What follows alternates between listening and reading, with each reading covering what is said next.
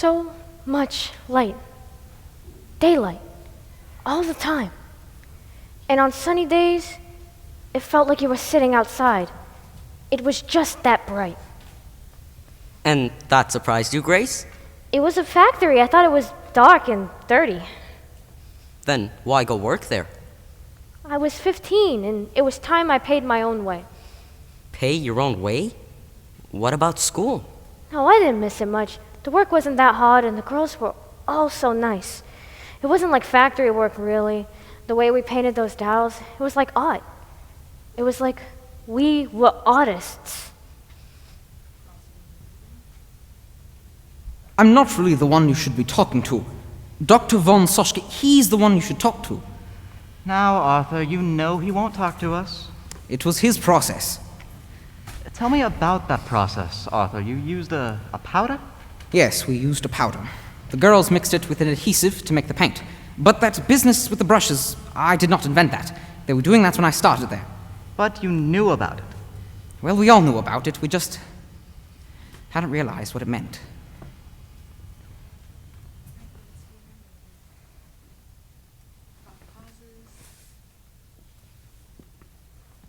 Irene? Irene, what are you doing? Shut the door. Amalia's working inspection today. Is it bad? Not for us. She's gonna be sitting in this room all day in the dark checking dials. Poor Amalia.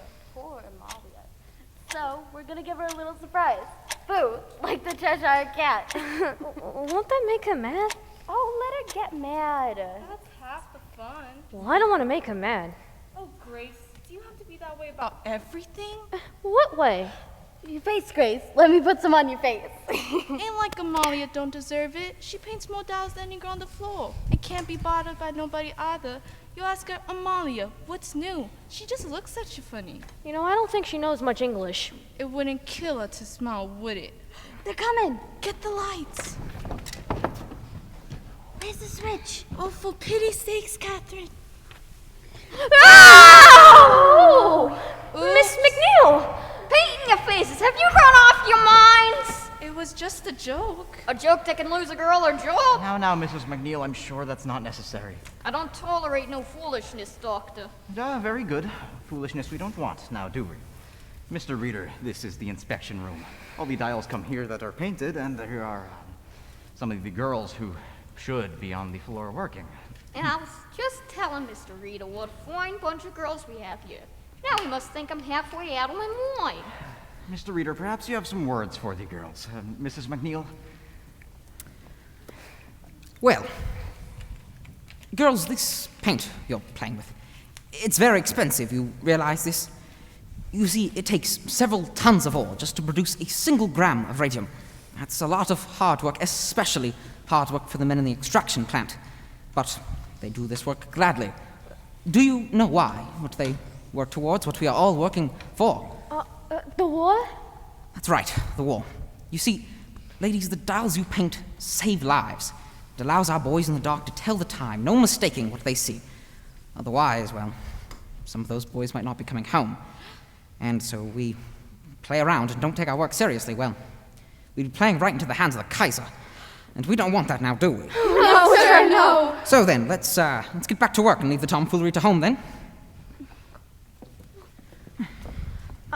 Mr. Reader, I just want to say, I'm sorry, and I apologize. I won't do nothing like that ever again.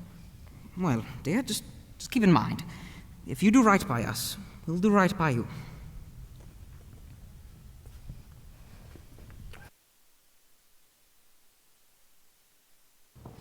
May 17, 1921. Nancy J. Holly here from the New York Graphic and the New York Graphic's only girl reporter. Jack Youngwood here, reporting for the Newark Ledger, Newark's first source for news. Madame Marie Curie, eminent French scientist, embarks on a whistle-stop tour of the United States.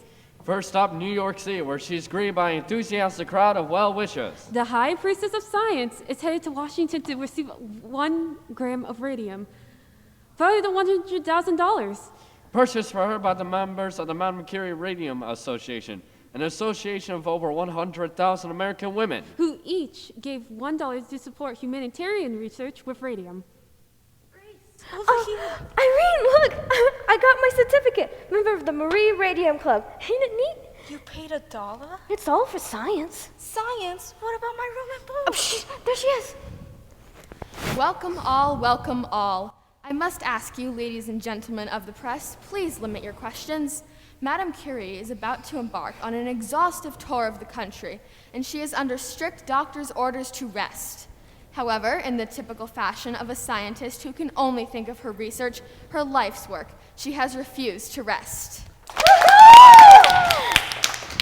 Madam Curie, what do you plan on doing with the radium? What will you do with the radium? I will continue my experiments to find better methods for the treatment of the cancer. Is radium a cure for all cancer? Cure for the cancer? Yes, cure for the cancer. That is so. It has cured all kinds of the cancer. But some doctors dispute that. Since they do not understand the method, there is no question. Radium will cure the cancer. Madam Curie. Madam Curie. Madam Curie, have you managed to devote yourself both to science and to your children? It has not been easy.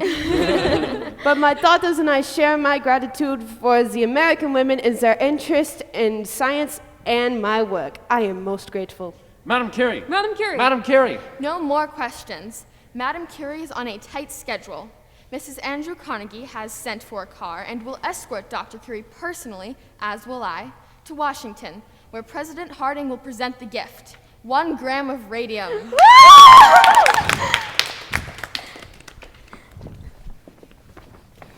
Did you hear that, Charlie? That was marketing opportunity. Let's center one of our watches, courtesy of the United States Radium Corporation. We need to write a press release. Radium isn't just for scientists to study. The average American can take part in its glory every night with inventions such as luminous clocks, luminous watches. Anyone who dismisses these as novelties, well, consider the past 50 years of technological advancements. The telegraph, the electric light. The telephone. All once dismissed as novelties, as toys. Are now essential to modern day life. Got it. That ought to sell some watches. Oh, watches, absolutely, but that's not where the growth is now, Charlie. You heard the lady. It's the medical market. And Stena Chemical owns it. Bah! Only because von Soschke lets them have it. If we wanted to, we could have half their business. It's only a matter of positioning. Stena Chemical publishes its own journal. Sends it out to 12,000 doctors monthly. We could do something similar. Something scholarly that the doctors would respect.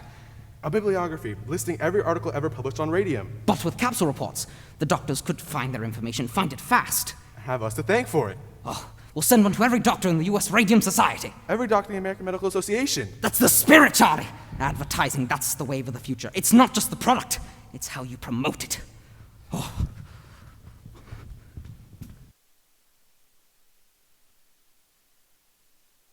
Oh, you should have seen it, Grace. The church was filled with flowers. Lilies and carnations and orchids. You know how Amalia loved orchids. They weren't orchids. They were orchids, Irene. Flags. Purple orchids. I know an orchid when I see one. Oh, and Grace, that smell, it was like... Like flowers? No, it was like heaven. That's what I was gonna say. It was like heaven. Like heaven? Catherine, it was a funeral. You make it seem like it was some Valentino picture. It wasn't just a funeral, Irene. It was Amalia's, and it was beautiful. The company sent a big spray of flowers too. Carnations. Mums. Yellow carnations. They were mums. Well, it sounds like it was a lovely service anyhow. Girls, the bell's already gone. Now then, I've got new instructions. We're going back to the old way of pointing the brushes. We was losing too much paint in the cloth. But what? You got something to say? Dr. von Soschke told us not to do that. He said it was unsanitary. Well, I can't believe what I'm hearing. We've been doing it this way ever since I've been here. You must have heard him wrong. Yes, ma'am. Now then, you're also not to get new brushes until you've done with the old. And it's got to get so bad that you can't get a point on it. Irene, you can't make a quarter with that. Well, we'll try our best then. It's not for us to be asking questions now, is it? It's for us to do the work. I need a new brush.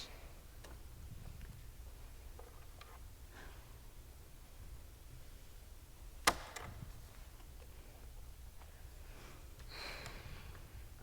I've got my instructions.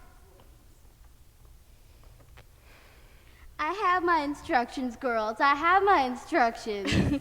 Here's some instructions for you, McNeil. Let some storage out your corset. So was she at the service? McNeil, are you kidding? You think she crossed the street from her own mother? Most everybody else was, though. You was about the only girl from the floor that wasn't there. Hey, I wanted to come, but I had to help Ma watch the little ones. You could have brought them. All 7? Well, if I was you, I'd have tried to get there. Just lay off. Grace feels bad as it is. So were there many of the fellas there? Oh, yeah. Lots of fellas from the downstairs. Mr. Roth from the front office was there, Dr. Von Soschke was there, and Mr. Rita was there, too. And he left early, too. So, he was there all the same. Oh, and Grace, you know that fella from the crystallizing? What's his name? The fella with the red hair? You know who I'm talking about? Tall guy with the freckles. Yeah, the one who snaps his fingers all the time? George.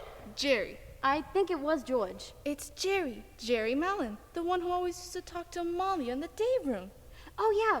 Oh, and Grace, at the end of the service, he goes over to the coffin, and he goes like this. Like this, I tell ya. Uh-huh. Really? Really.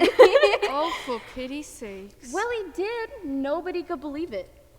Don't you think so, Grace? Well, I guess it had to have been if he did that. And can you imagine? If he was in love with her, and he never told her, never could bring himself to say. Because Amalia was so beautiful, and he was so shy. But now it's too late. It's too late. Their love, it's forever thwarted. Poor Amalia. Poor Amalia. Poor kid. And her family took it awful bad, too, Grace. Albina, Quinta, all of them. Every one of them crying.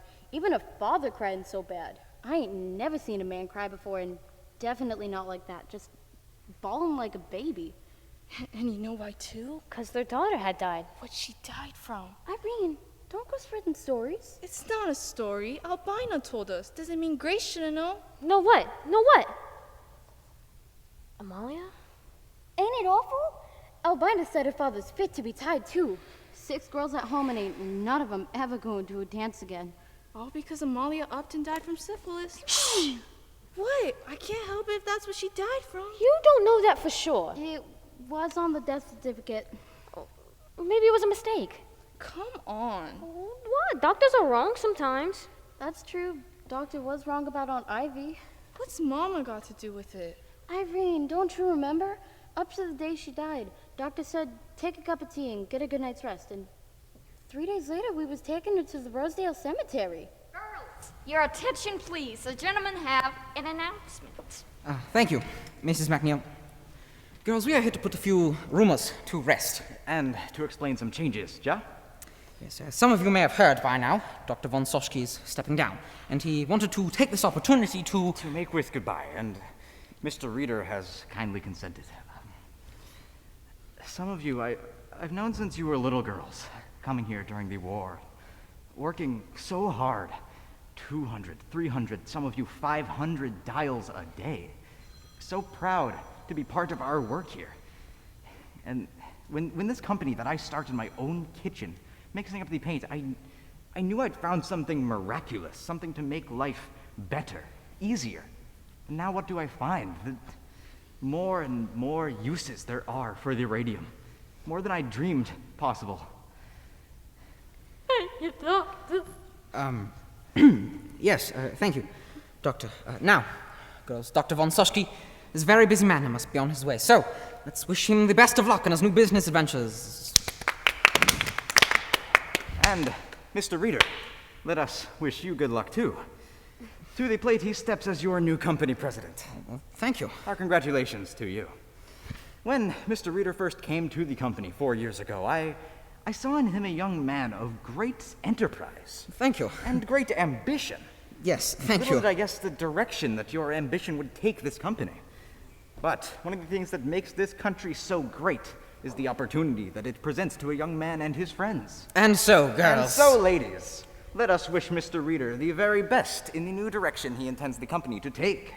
New direction? With the slowdown in dial painting, and business moving into the medical market, there's going to be lots of changes, Jack.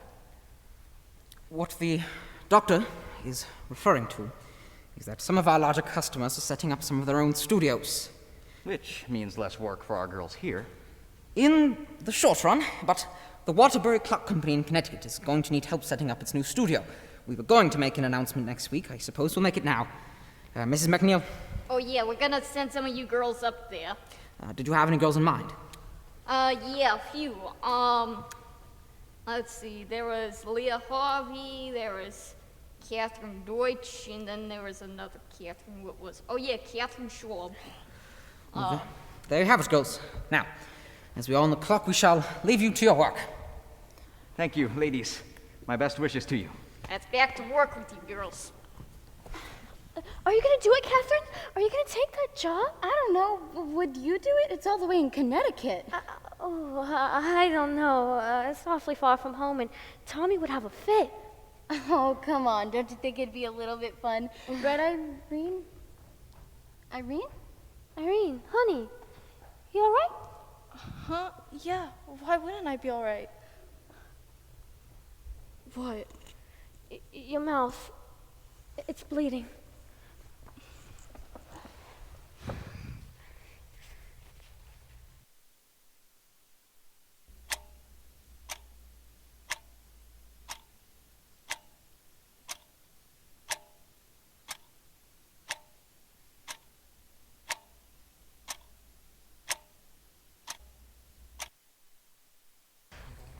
$1,500 a week, and she quits the place. What does more to life than money? That's what you say when you're your age, but you get to be my age with a house full of your kids underfoot. You'll thank God for every penny you put by. We got money to put by. Yeah, how much? Enough to get married on. Don't take much to get married on. Do you have enough to stay married on? You let us get married, we'll find out. Tommy, are you still eating? Yeah, it's good. You're gonna get fat, you know.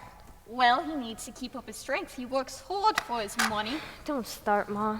Oh, I didn't say nothing. It was your father who hit the roof over it. He didn't hit the roof. You should have seen the man's face, Tom, when she said that she wasn't working up there no more. Man, most girls would give their eye teeth for a job like that. Easy work, good pay, nice-looking fellas around the plant. Well, you didn't tell me about them, Grace. There was hardly many of them, and it didn't seem worth the mention. And she leaves it all behind, for reasons unknown. I'm tired of it up there, she says. Are you tired of the paycheck, I says. Who needs a paycheck, she says. I got a boyfriend to take me out Saturdays. She said that? Oh, you know I didn't. And for your information, I got a job and I work at the bank on Monday.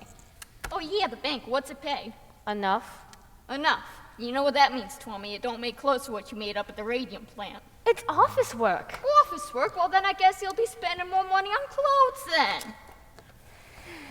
Boy, she's really steamed the chill. I don't see what difference it makes so long as I'm working somewheres. Don't make no difference to me. I just thought you liked it up there. Sure, I liked it. I worked there for 4 years. So, I've been delivering mail for almost 8 years now. And I still plan on delivering for another 20 or 30, if I'm lucky, of course. Nothing like a steady job and a good pension to help you sleep at night. I don't have a pension and I sleep just fine. Oh, I bet you do. So, how come you quit, Grace? Work was slow, and ever since Irene left, it's just not as much fun anymore. And wouldn't you rather have a girlfriend that works at a bank? Not as much as I like a wife who don't work anywhere.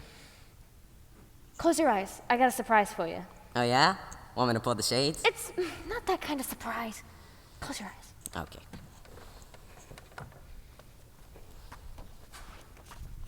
Now look. Wallpaper. For the baby's room. Baby's room? You won't kiss me and you're talking about babies? There's gonna be babies eventually, Tommy. Well, yeah, sure, but most girls, they get married before they decorate the nursery, you know? Plan ahead for once. Pick one. They're both the same. No, they're not. This one has big flowers and this one has little flowers. There's some kind of test. No, Tom, it's just wallpaper. It is some kind of test. Pick one, Tom. But they're both nice. But I want you to like it. Fine, that one. Really? Find the other one, then. But, okay, which do you want? Look, if you like it, I'll like it. Wallpaper's wallpaper. No, it's not. You gotta pick something you can stand to look at for 20 years. Oh, yeah? Same way you pick a woman? Keep it up, smarty pants, and you won't ever get that kiss. Okay, fine. This one hands down. I like it too. A nice neutral yellow. Could go with either a boy or a girl. And until the baby comes, you could use the room for other things. Other things? Like what? A painting studio, maybe? Painting studio? Didn't you get enough of that at work? It's not the kind I wanted to do. When I used to be in school, we would paint watercolors. But with this new job, helping Ma and watching the kids, I just don't have time anymore. When we get together, I just want a little time to myself, so I can paint watercolors. Or oils, maybe. I could paint your portrait if you like. Oh, yeah, paint a big picture of me and we'll hang it in the outhouse. Once we have our friends over, we invite them over, they want to use the can, or they'll see a big picture of me right there in front of them. Oh, the way you talk sometimes. Grace, listen, if you want to paint pictures, paint pictures. I ain't gonna stop you. You say that now, Tom, but when we get married, you'll be changing your tune. Fine. I'll be whistling Dixie. All right, picture this then. On some Christmas night, maybe, when you've had 3 times the mail. Maybe some dog took after you. Or maybe some old lady kept you waiting on the stoop talking about her grandchildren. And you wouldn't have the heart to tell her no. Well, I know you. So you come home all irritated, and besides, hungry, wanting your dinner. And there I am with my easel in the kitchen, my drop cloth on the floor, and my paints everywhere. And your dinner nowhere in sight. You know what you'd say? Better be a picture of me you're painting. That's not what you'd say. You'd say, where's my dinner? That's what you'd say, where's my dinner? Well, yeah, sure, Grace, sure. But I still admire the painting. I just like to see it on a full stomach, that's all. So, how'd I do? Pick the right wallpaper? I don't know. I think I'm gonna go with stripes. Oh, stripes, polka dots. I don't care, Grace. Let's just get married. Look, you're plenty old enough. And tell your mom we ain't waiting no more. We'll just run off. Tommy, we're not running off. We're gonna do it right. A nice church wedding with flowers and music. And a weekend by the seashore, just us. You'll see afterwards, it'll be worth the wait. Oh, your mouth hurting you? Yeah, a dentist wants to pull another tooth in the back. Look, Grace, it doesn't matter. What's a tooth anyway? Hazel Kuza, any connections to the others? Only by virtue of employment. Except she's got a good lawyer. A lawyer that can write a good letter anyway. That lawyer. And she no longer works here. Left 6 months ago. This makes 4 now. 3. 4 if you count the Modja girl. I wouldn't include her. She worked, yeah? She also worked other places. And where she died from, I don't think you pick up here. At least, I don't think you can. Charlie, that's not funny. Besides, from what I hear, that's just idle talk. In my experience, there's usually some to the idle talk. When it comes to girls like that, anyway. From a large family, wasn't she? Italians. The conditions they live in. 10, 12 people to 3 rooms. It's a wonder they don't all die of one infection or another. 3 then. And how many dead? Only Miss Modja, but I haven't heard from her people. It's too late for them anyway. The statute of limitations is 2 years. Miss Kuza is another story, though. She's in a position to make some trouble now. In all the years I've worked here, no one has so much as slipped on the floor, and now this. We're talking about 4 girls here. Out of how many hundreds that we've employed? 600, 700 over the years. Exactly. And some of them were sick when they got here. That one girl you hired, she was practically a cripple. She couldn't even make it up the stairs every morning. Her father had to carry her to the studio. Well, it didn't matter to me how she got up the stairs. She was a fast worker and a sweet little girl. But she was in poor health. She needed the work. Arthur, Charlie. And not just for the money. To feel productive, that's what work does, Charlie. It gives us a purpose. I don't see any reason as to why we should stop hiring girls like that. When they get sick and try to blame us for it, you might want to reconsider that policy. We'll see what Dr. Drinker has to say. Dr. Drinker? Some professor at the Harvard Institute of Industrial Hygiene. He chairs the department, and he's agreed to take a look at our operations. Don't you think we're jumping the gun a bit, hiring him? We've had 6 girls quit this week. Mrs. McNeil tells me there could be more. Girls come and go all the time. It's never been like this. These girls, they're terrified. We have to do something to calm them. But hiring Drinker? Sounds like recipe for mass hysteria to me. We'll tell them it's a routine physical. Edward?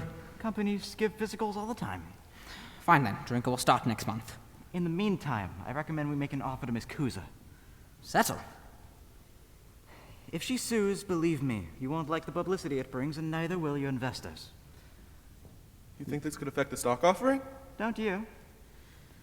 Wonderful. Drinker will start at 30. We'll open at 30 and close at 10. Or not open at all. Well then, what do you think we should offer?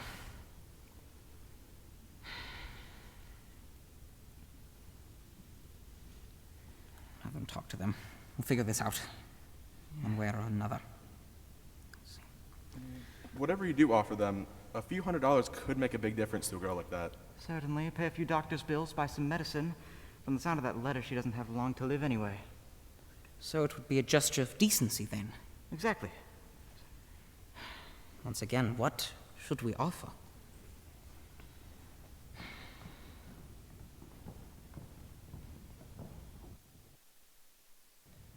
March 24th, 1924. Jack Youngwood here, reporting for the Newark Ledger. Nancy J. Holler for the graphic. The graphic's only girl reporter. Could radium water pose a cure for crippling arthritis? Scientists suggest a connection. Dayland, Orange, New Jersey. Radium water poses a miracle cure for crippling arthritis. Some patients are reporting significant abandonment in the symptoms. Mrs. Jeremy Michaels of the Bronx tells us how radium water transformed her life. My pain got so bad I could hardly bend over. This poor, brave woman could not even bend down to kiss her little ones goodnight. And I got 3. Let me tell you, they're a handful. Dr. Harrison Martland, chief examiner for Essex County, commented on the study. Primarily at best. Your recommendations, Dr. Martland? I advise further study, further study. Did Mrs. Michaels trade Radathor? They said it helped my rheumatism, so I drank a bottle a day for a month. Wasn't cheap, but I was desperate. The test sample is questionably small. Well, first off, it felt like I've been hit by a bolt of lightning. It was that powerful. Now, I drank a bottle a week just to maintain my health. And hanging lounging and scrub the kitchen floor same way I always done. A bottle a day. At $1 a bottle? Or the seller's creativity?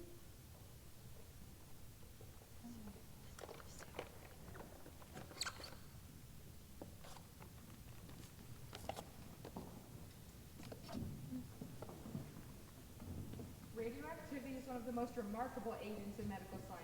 I drink Radium myself, and I can vouch for its power. A testament to the tonic's potency. Or the seller's creativity? Radathor. It is perpetual sunshine. And a perpetual money-making machine for its inventor. Is there no end to what science can do?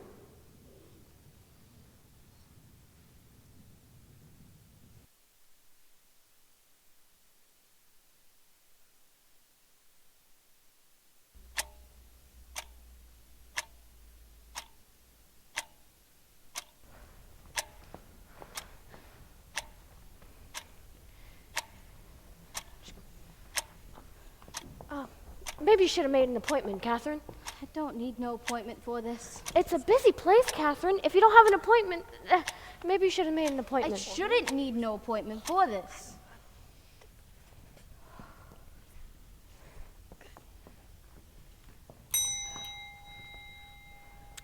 Yeah? I couldn't find anything under Rudolph. Sorry, No, it's under Schwab. Schwab? Irene Schwab, the girl I'm asking about. Oh, yeah, I'll go get it. Catherine, it could have been like your doctor said, a blood infection. Yeah, but what gave it to her? That's the thing. What was it from? From dirt. You get infections from dirt. From dirt. Her face was puffed up like a pumpkin. Her jaw rotted so bad she couldn't eat nothing. You think you get something like that from a little dirt? No, you get it from phosphorus.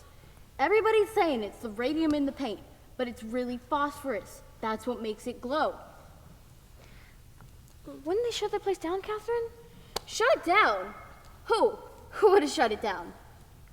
I don't know, the county? Honestly, Grace, you're such a ninny. Hey! How are they gonna shut it down if they don't ever know about it? Ever think of that? Now, come on, Catherine. I don't know, Catherine. This was what I thought. Look, Catherine, if it's like what you're saying, they'd have never let you work up in there in the first place, okay? Remember that. Again, they would have shut it down. Grace, 3 surgeries. And they wanted to cut her again. She finally said no. She knew. What was left of her jaw rotted so bad. The smell was terrible. And Grace, the worst of it, I couldn't look at her. Irene was so afraid of being left alone, but I was the one who left her alone.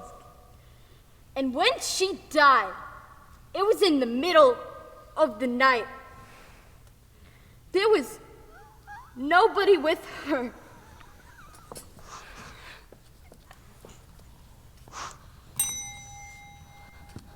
Yes? I'd like another form for my friend here. Oh, is the girl still sick? No, she died. I'll go get her right away.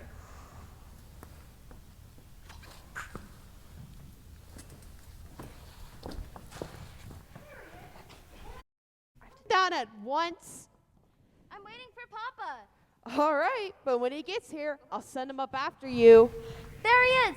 Papa! Papa! Harriet! Harriet, come down at once. Oh, Papa! I can see clear to the church. Can you? Can you see your grandpa? No.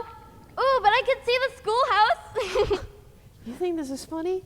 Oh, but she's having fun. Harriet! Tell you what, darling. If she won't shout, if she has no one to shout to, They can hear her all over the neighborhood. can they? Ooh, When she gets down here, I want you to speak to her. she's 9 years old, Diane. I'm trying to raise a daughter, not a son. Well, you should be grateful. In just a few years' time, she's going to lose all interest in trees and begin to grow in a fascination with boys.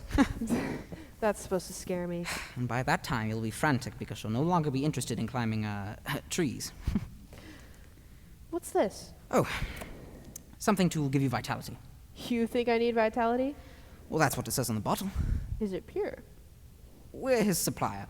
Want to try it? Well, if it'll give me vitality, how could I refuse? Your father came by to see me today. Another hard luck case. 4 children at home, all under the age of 6. And what, wife in the hospital with cancer? Yes. Let's see, the husband's been laid off from, the bricklayer. Yes. Through no fault of his own. How did you know?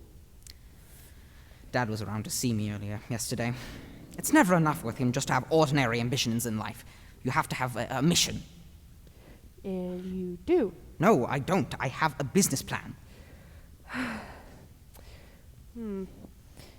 Well, maybe he could use some help. Maybe you could give him a job. I can't give him a job that doesn't exist, Diane. Well, what about Dan Lehman? Dan? Maybe he could use some help. In the laboratory? Dan needs trained technicians, not a bricklayer. Don't you women have a social club for things like this? You mean the Women's Club Civics Committee? Right. Yeah, we do take interest in these kinds of cases, but we're not an employment service, so that's why I thought maybe you could help them. Oh, you do love being married to the company president. It has its advantages. Do you ever think of trading it in? Do you? I was sitting there this morning. I was getting my shoe shined, and I thought to myself, well, this is quite the profession. The work walks in, the work walks out. There's no need for stock prices or warehouses or health inspectors or stock prices or, And you trade all of that in for your own shoe shine stand? fewer headaches that way. Oh, so you're in one of those moods again. What is it this time? It's not the market. It went up today. Now you're reading the financial pages? I have to entertain myself somehow. So what is it? You're being very strange. Oh, I'm sorry. You can tell me, you know? Nothing to tell, darling. This is going to be one of our best years ever. So it's the prospect of success that you find so disheartening? I'll go get my checkbook. What for? Your bricklayer. Artie, this man needs a job, not charity. What is it your father says? A working man needs to work. It wears on his soul not to work. Well, if it's a matter of his soul, I suppose that's different. We'll have him talk to Dan. Artie! But I make no promises, Diane. No promises? To your health.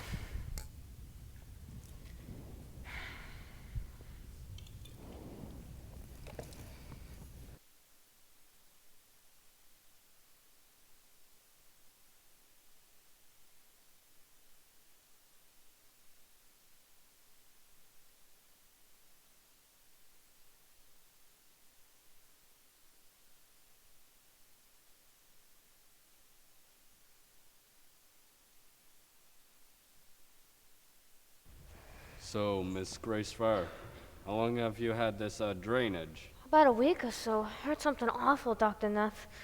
And has anything else been bothering you? My back, mostly. You're back now. My doctor says it's my nerves. Nerves? About my wedding and all. This ain't no case of nerves. I hope you told him that. What do you think? I think you better schedule that surgery. Oh, couldn't we put that off until after You my don't wedding? have that surgery, you won't have a wedding. What? I want you to listen to me, Miss Farr. The black pus oozing out of your gums, it's the bone itself. That's impossible. To Mr. Arthur Reader, U.S. Radium Corporation. From Cecil Jenkins, Harvard University. Enclosed. Fine. We believe the trouble in the plant is radium. It can't be as bad as all that. The blood changes in your employees can be explained on no other grounds. But off that surgery, and you'll develop a septic condition. It could be fatal. Photographic films carried by employees show heavy fogging. Everything I've got, I've saved for my wedding. And we suspect high levels of gamma radiation throughout the plant. This is impossible. We realize no proof can actually be offered at present. We'll have a suggestion for you. But in view of the material in the literature, Go to the radium plant and explain your situation. Go to the company? and the facts disclosed by our investigation, Charlie! we recommend immediate and drastic remedial action. Once they see what kind of condition you're in. This can't be. It's wrong. That's it. He's wrong. They gotta feel obligated to help you out. I guess so. Look, if you want, I'll write to them for you. They can work through me, but pay my bills directly. You think that'll work? We'll do it right now. I'll get some paper. Charlie, he must have overlooked something. He had to have.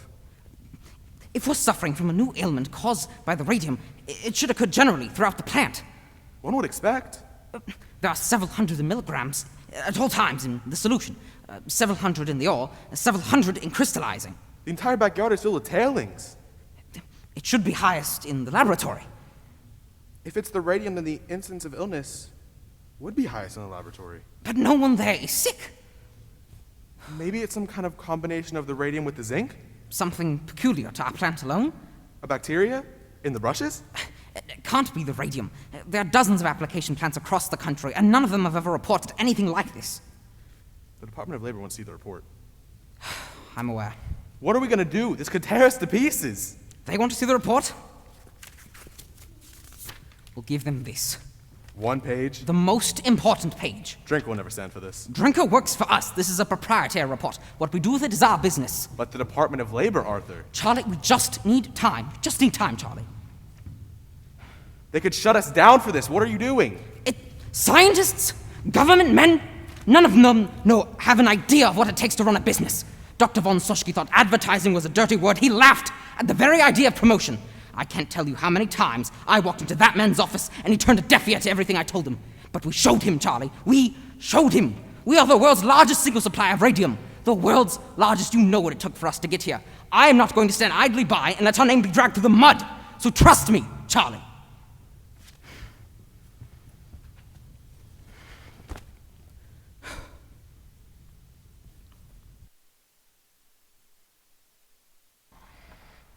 It was awfully nice of you to come all this way, Dr. Flynn. Not at all, my dear. Not at all. So, I told my surgeon that you were stopping by, and I gave him the results of my blood work. Excellent. And so?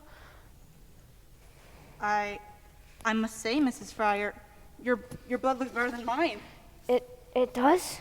Well, that's what happens to a man who smokes. Now, tell me what else is troubling you. My feet and my back, mostly. I've had to wear a brace for a while. So I see. And this happened before you left the company or after, Miss Fryer? After I left. Dr. Neff said this had something to do with the radium plant.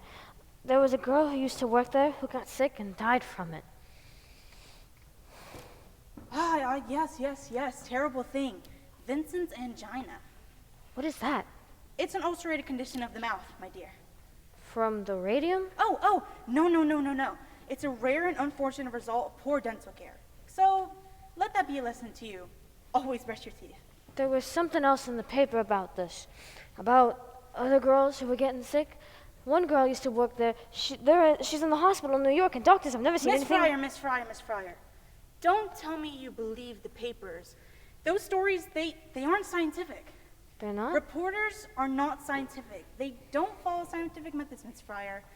They write to sell, not to educate.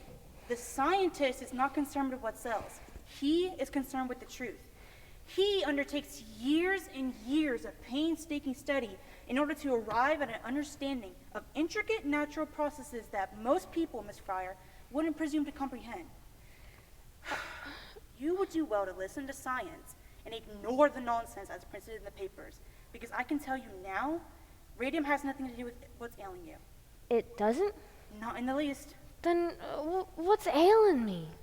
Poor diet, Mrs. Fryer. Poor diet. But Dr. Neff said... Dr. Neff is a dentist, not a physician. What you have is a vitamin deficiency. You must eat more fresh fruit. Oh, no, Miss Fryer. I'm a scientist, and I take a purely scientific interest in the situation. By allowing me to examine you, you help me advance in my own studies. So I thank you.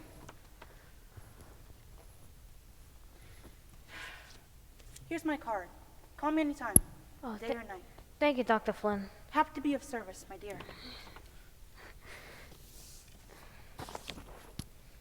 Dr. Frederick Flynn, PhD, physiology, Columbia University. That's not a real doctor. My findings, Mr. Reader. An objective evaluation, I trust. The source of my funding has no bearing on my research. Let that fella examine me. I never examined her, per se. It wasn't a medical examination, per se. He's seen half a dozen girls used to work at the company. Word I hear, he's working for the company. Your blood is better than mine, he says. Nevertheless, you were still able to offer her some useful advice. I did my best for her. I can't believe somebody would do that to you. Straight out lie to you like that.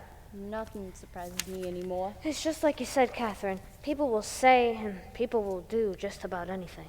Except the right thing. Well, you know what? We're going to make them, Catherine. We're going to make sure that somebody hears about this. Mm-hmm. Well, I'm very grateful, Dr. Flint, though I am particularly grateful to hear that the girl you examined is doing so much better. No, Mr. Reader.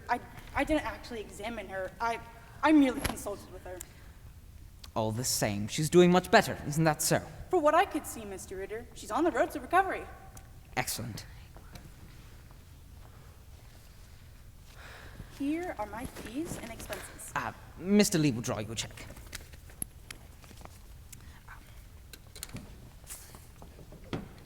Sure.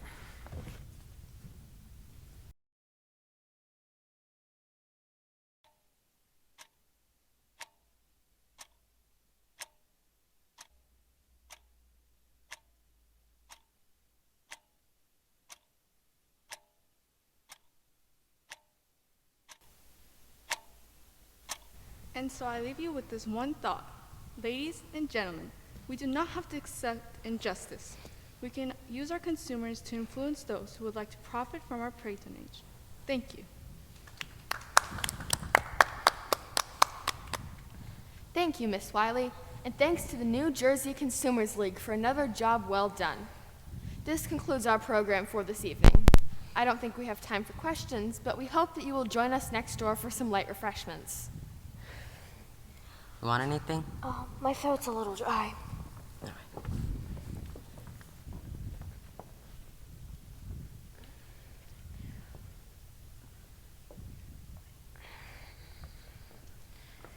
Can I help you, miss? Yes, I'm here to see Miss Wiley. You're not a member of the Women's Club. No, ma'am. Are you a guest of a member? No, ma'am, but Miss Wiley... Then I'm sure Miss Wiley would be happy to see you during her regular business hours. Look, I'm not leaving until I see Miss Wiley. It's all right, Miss Middleton. You must be Miss Fryer. Yes, Miss Young at the health department. She said I should stop by, but I was already missing enough work, and quite frankly, I didn't want to miss any more. No need to apologize. I've been meaning to call you myself. Please, sit down. Me and Catherine wrote to the company about our troubles, but we never heard anything. And then we went to see a couple of lawyers, but they said it was been so long since we left the radium plant that something in the law won't allow it. The statute of limitations. Right, and one lawyer, he wants $1,000 up front. And I don't have that kind of money. All that money's been spent on doctors, dentists, hospital bills, and my wedding. And Tom, he's my fella. He just wants to get married anyhow. But I'm wondering, what good am I gonna do him like this? Miss Wiley, if I could just get some compensation and settle my debts, maybe I'll feel like I'm not saddling Tom with such a burden. Oh, I didn't mean to rattle on to you about that. I'm just so tired of being pushed around. I don't blame you. Oh, Miss Young at the health department, she said the Consumers League had, what was it, clout? I'd like to think so. We've certainly had our share of successes. So can you help us? Tell me, Miss Fryer, how far are you willing to go? Ma'am? Suppose I do find you a lawyer to take your case, so I'm willing to take on your contingency. Would you be willing to sue, Miss Fryer? I just want my compensation. Of course you do. Now suppose the company says, here, Miss Fryer, here's some money. Only you are to agree to tell no one what we've agreed to, and not a word about how you got sick. Keep quiet, you mean? Yes. That don't seem right. It isn't right, but that's what they'll do. They'll try to buy your silence. Is it for sale, Miss Fryer? No, Miss Wiley, it's not. Good. So can you help us? I'd be willing to, if you're willing to take some chances. Chances? Miss Fryer, if you're willing to put your own needs aside for just a moment, we can stop the company. We can put them dead in their tracks. All right, Miss Wiley. How can I help? Well, we start by putting you on page 1. Page 1? You want her to talk to the newspaper? Not one newspaper, many, many newspapers. Is that really necessary? I mean, all we want is for Grace to get a compensation. Let it finish, Tommy. I understand you have concerns, but this company has shown it's willing to extremes to protect itself. No, I'm afraid the only way we'll be able to stop them is to hit them where it matters the most. Their public image. When every newspaper in America tells your story, how you sorely got treated, how you suffered, how the company denied all responsibility. Believe me, Miss Fryer, if that happens, Arthur Reeder himself will come to you with his hat in his hands. All right, Miss Wiley. I know it can be a little frightening.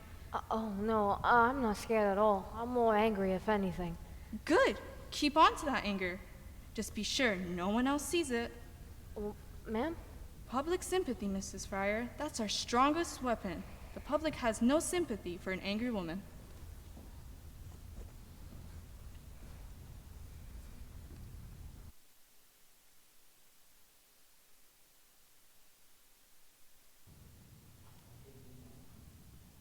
December 4th, 1927. Jack Youngwood here, reporting for the Newark Ledger. Nancy J. Holler for the Graphic. On the strange case of the Radium girls. Who claimed that they were poisoned at the hands of their employer. And now seek their day in court. $250,000. That's the price tag on their suffering. $250,000. Well, why don't you ask me? That's all a sham. What do you mean? Those girls are very sick. Are you serious? Sick of working, sure. Doctors say the girls only have a year to live. Only 1 year to live and $250,000 to spend. What would you do with that kind of money? What would you do with that kind of money to ease your last suffering days on earth? What would you do with $150,000? I'd buy a wardrobe like Irene Castle's. I'd give it all to charity. And then I'd travel around the world, first class, with all my friends. I'd play the stock market. I'd buy my wife a fur coat and a diamond the size of New Hampshire. And I'd use it to pay for my medical bills. On the second mortgage my father took out on our home to pay for our last operation. Pretty Grace Fryer sits at home, Suffering bravely through this entire ordeal. struggling valiantly to keep up her flagging spirits. For the sake of our family and friends. It hurts to smile, but I try to smile. If I don't smile, I'll go crazy. Well, it must get you sometimes. Knowing what you've been through. And the company's getting fat off your labor. And all they've got to say about it is No comment. Doesn't it make you just want to punch somebody? Oh, no. I'd much rather think about how it's going to be when justice prevails. Maybe I can do something nice for my folks, like send them on a trip. They never did have no honeymoon. What a fine example of womanhood. We can only hope to bear a crossing life as nobly as this young girl.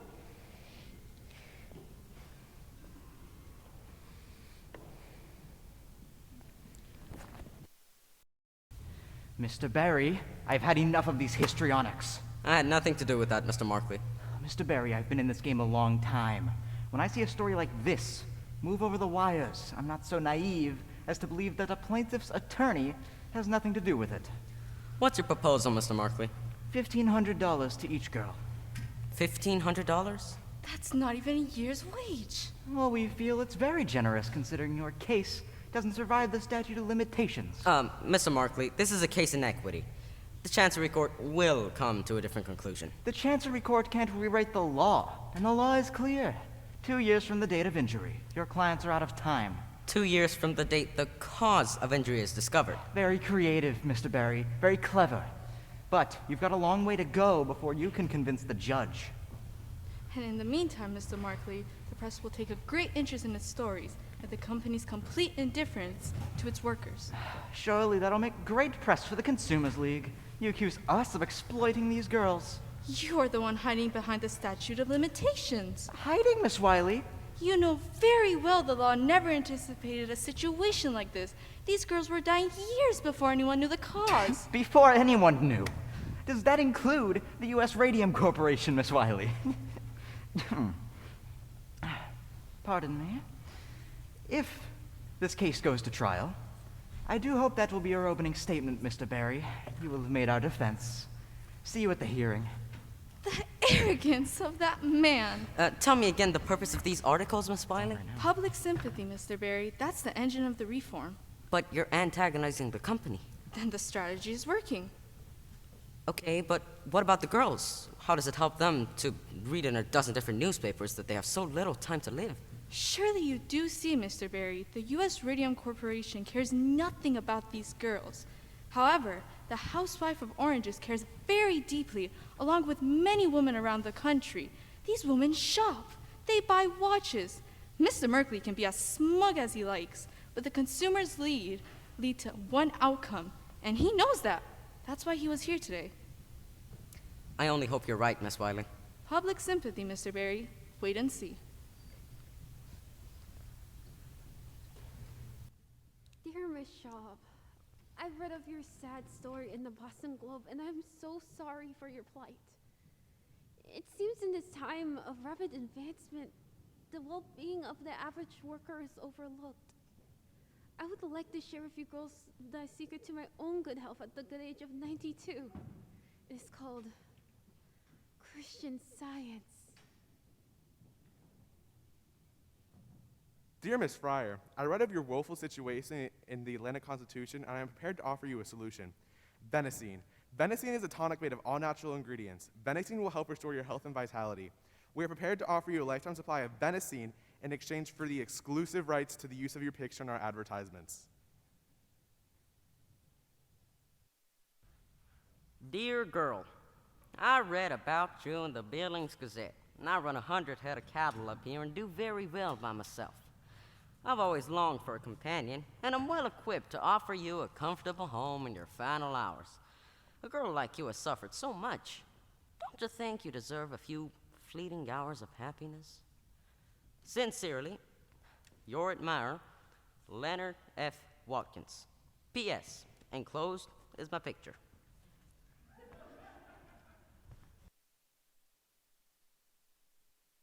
Catherine, this guy actually sent this picture. You all right? I'm bleeding again. Oh, shall I get the nurse? No, it did this before. It'll stop eventually. Maybe I should go. No, don't go. It won't be useful. Oh, well, you need your rest. Who can rest? I never rest. Not anymore. Well, you'll sleep tomorrow. Yeah, I might not wake up. Of course you'll wake up. Not if it don't go so well.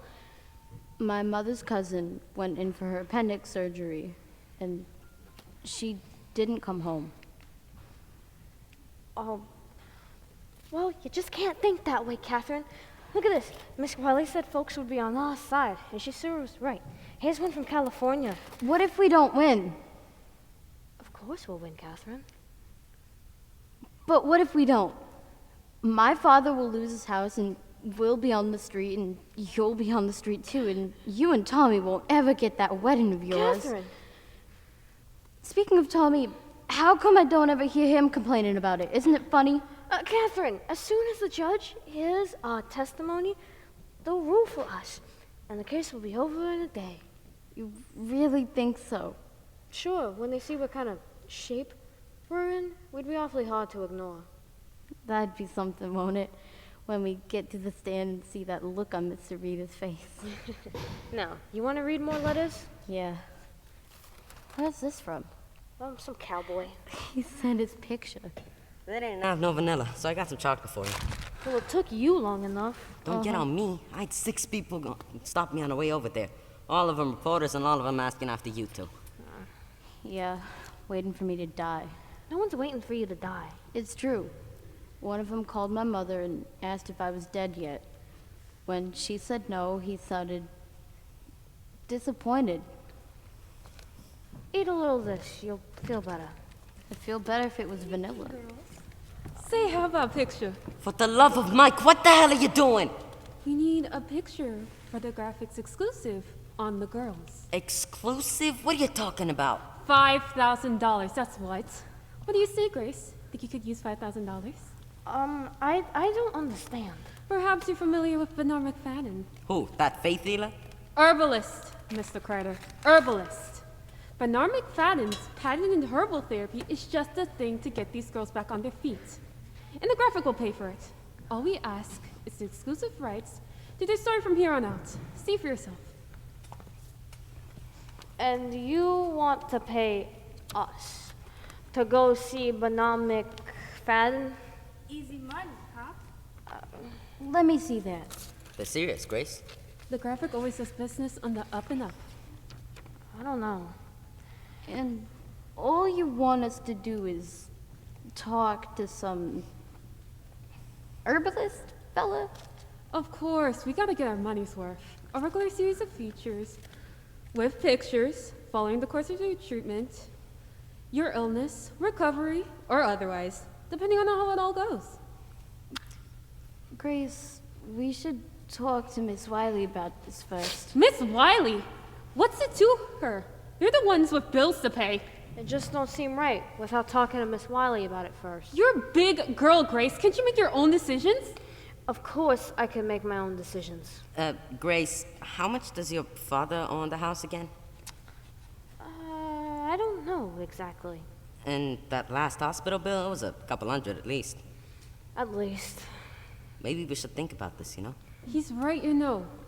Why give your story away when people are crazy to read it? You girls can cash in big. The day the feature ran your story, it sold at every copy at every newsstand. Everyone can sympathize with the sad story of some poor, sick girl facing certain death with no hope of fulfillment in motherhood. All right, I'd like you to leave right now. As a matter of fact, my friend here is very sick, and she needs her rest.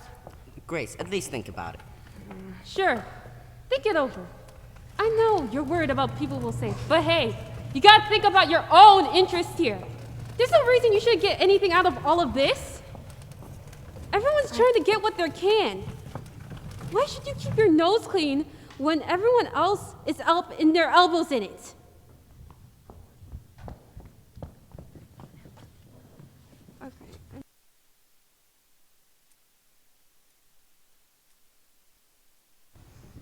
Gentlemen, I've treated a number of the girls who claim they got sick here. One of them, the girl's jaw had rotted so badly, I removed the bone just by lifting it out of her mouth. As you can see. You can put that away, Dr. Neff. Well, then perhaps you're rather looking on the x-rays. This was an expensive case to treat, and I never did get no compensation. The girl died, and her family never paid. Well, I sympathize, Dr. Neff, but what has that to do with any of us? Well, there's going to be a lot more girls coming out saying they got sick here. So, maybe we can do business. I scratch your back, you scratch mine. That sort of thing. I'm not following you. Suppose you was to give me a list of all the girls that worked here. I'd see to it that there was no more lawsuits. You think you could cure them? Cure them? No. I'm simply saying, I scratch your back and you scratch mine. How so, Dr. Neff? I'd examine them for radium necrosis and then come up with a more favorable diagnosis, pyorrhea, say, or something else like that. Most of the girls will just die of natural deaths anyways, and the rest we can put off until the statute of limitations kicks in and it's too late to sue. You'll persuade them they haven't got a case against the company? Exactly. And if it did come into court, I could testify, saying that it was some other problem. And it'd be a strong testimony coming from the dentist who treated them. And what makes you so certain that these girls will come to you? They'll come quickly if I don't charge them. Because we'd be paying you. Exactly! We understand each other, Mr. Rita. Exactly what are you asking for, Dr. Neff? I need $10,000 for my troubles so far, and for every girl I agree here on out. $2 plus visit, plus expenses for the x-rays. I'm suggesting a gentleman's agreement here. Better off if it's not in writing. No. All right, then we'll put it in writing. No, your proposal is immoral and will have nothing to do with it. Immoral? You're a fine one to be talking about morals, Mr. Reader. Mr. Lee? We have your own guns hired and ready to testify. Those are expert witnesses. Expert witnesses? Paid lackeys is more like it. None of them's got the dirt I've got. If you're smart, Mr. Reader, you'll play ball with me. Believe me, there's plenty of other folks interested in this information. You're threatening me? Threatening? No. Just a business proposition. Looking out for my interest. Same way you is looking out for yours. Mr. Lee, see Dr. Neff to the door. All right, you don't want to play ball? That's fine. But believe me, when this all shakes out, it won't be me holding the short end of the stick. Gentlemen, I want you all to make statements on what happened here this morning.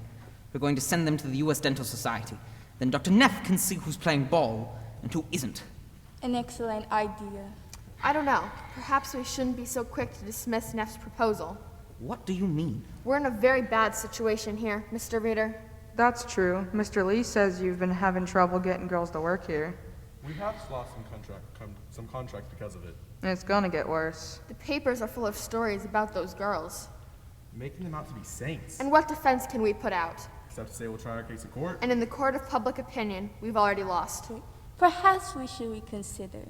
It certainly wouldn't hurt to have testimony from a dentist who treated those girls. Dr. Neff is the dentist. Dr. Drinker was better. He was a professional who worked for Columbia University in industrial hygiene. We don't take answers from this Dr. Neff. But Neff could be very helpful to us. We should retain him. Retain him as what? An extortionist? As an expert. Like Dr. Flynn. Like Dr. Flynn, the professor at Columbia University of Industrial Hygiene. No. But Dr. Flynn treated some of those girls, didn't he? He did not treat them, he consulted with them. He dispensed medical advice, Arthur. It was not medical advice, it was an expert's opinion, a scientific opinion. How about this? We retain Neff, but we don't put him on the stand. Just to keep him from testifying for those women. That's the most important thing. Yes, I agree. That's the most important thing. Would you agree to something like that, Mr. Reader? Mr. Reader? Mr. Reader? Edward, we can't possibly do this. We cannot get in bed with men like Neff. Arthur's right. We don't want to do business with Neff. He could hurt us. We have to take steps. Neff has already given us everything we need. New evidence, gentlemen. This is grounds for postponement.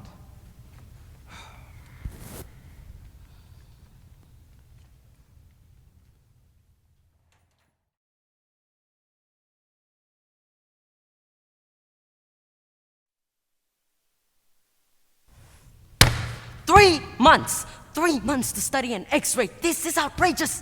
And the girls, did you see the girls? Their eyes were like saucers looking at me, terrified. Mr. Barry. How are they going to hold out for 3 more months? Catherine Shaw could barely make it into the courtroom today. And Grace, she was trying so hard not to cry. But of course, I had all the answers. Go home, girls. Get some rest. That's the best I can do. Get some rest. You're doing wonderfully, Mr. Barry. It's a difficult case. I don't understand people like Markley.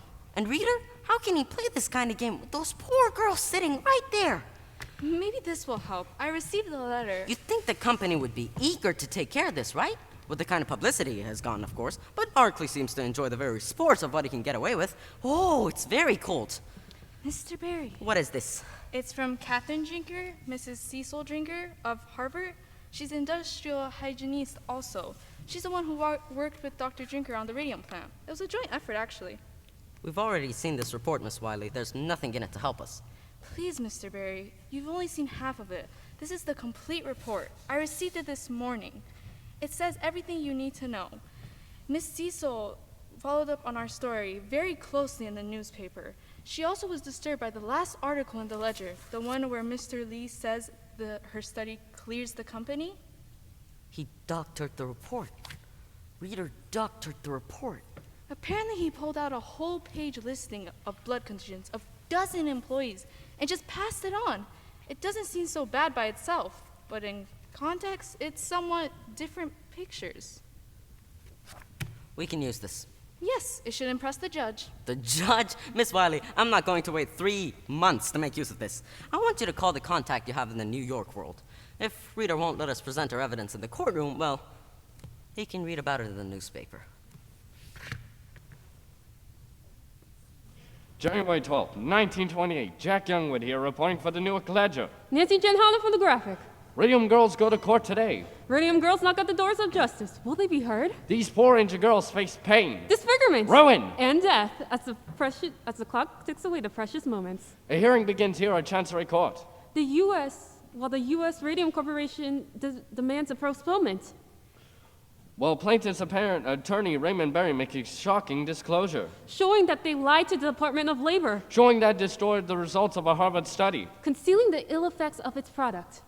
Read about the Ledger, your first source for news. Read it in the Graphic. We care because you care.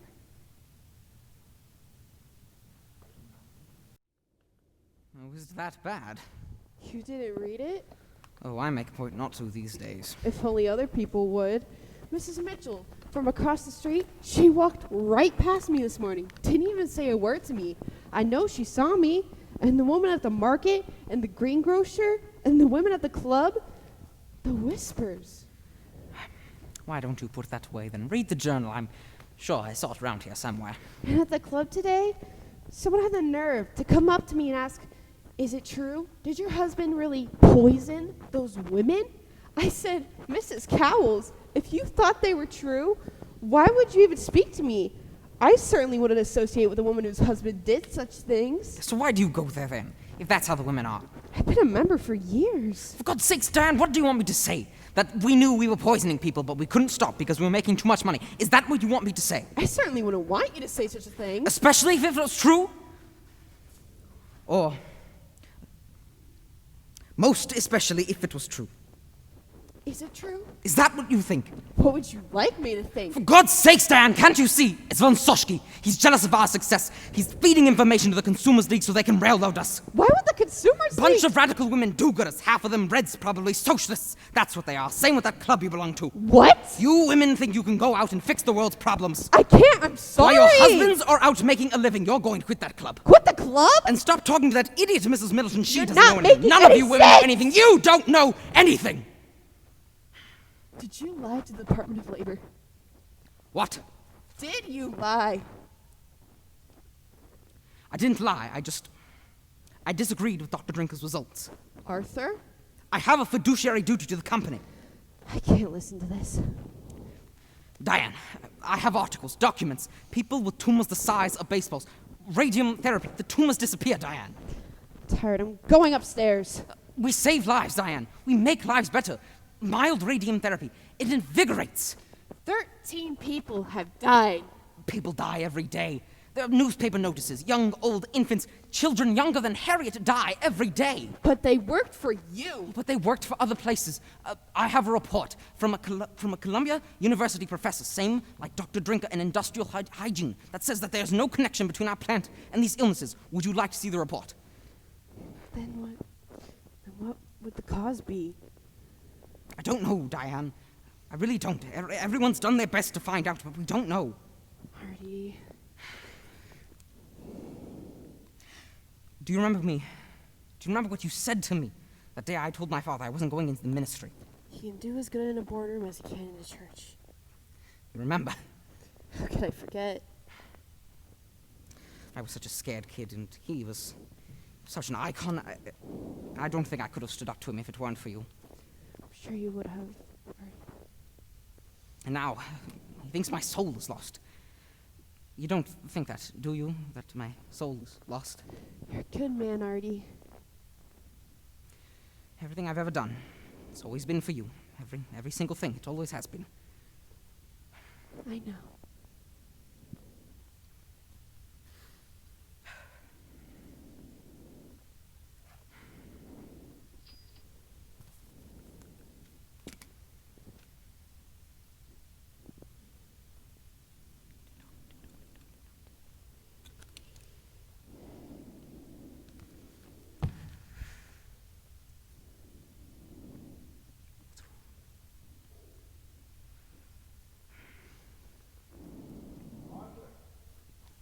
Is that Mr. Lee?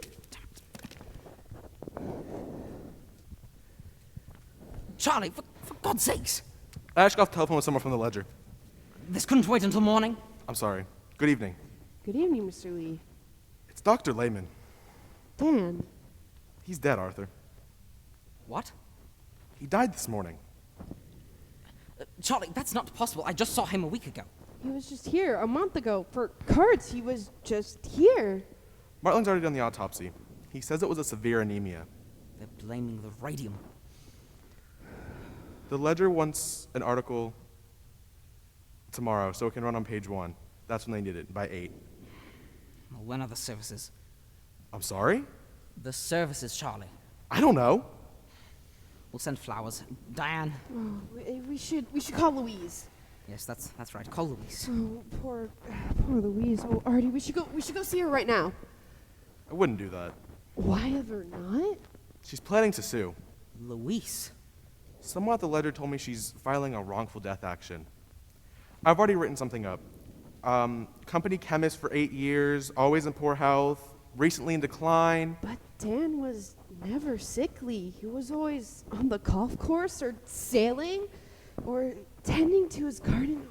Oh, Artie, he kept such a beautiful garden. We'll deal with this in the morning, Charlie. Of course. I'm sorry to bring you the bad news. Good night, Mrs. Reader. Good night, Mr. Lee. Charlie can be a bit excessive at times. We'll have to say something. The Ledger would expect it, and as shareholders too. You needn't explain, Artie. Sometimes that it's necessary that we... Artie, you needn't explain. We're going to get rid of this now. Let's have a case under the sink. And we'll throw that away too. We'll have no more of it in this house.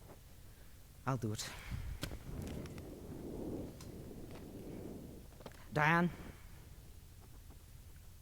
I'm in too far to quit. I really didn't expect you to.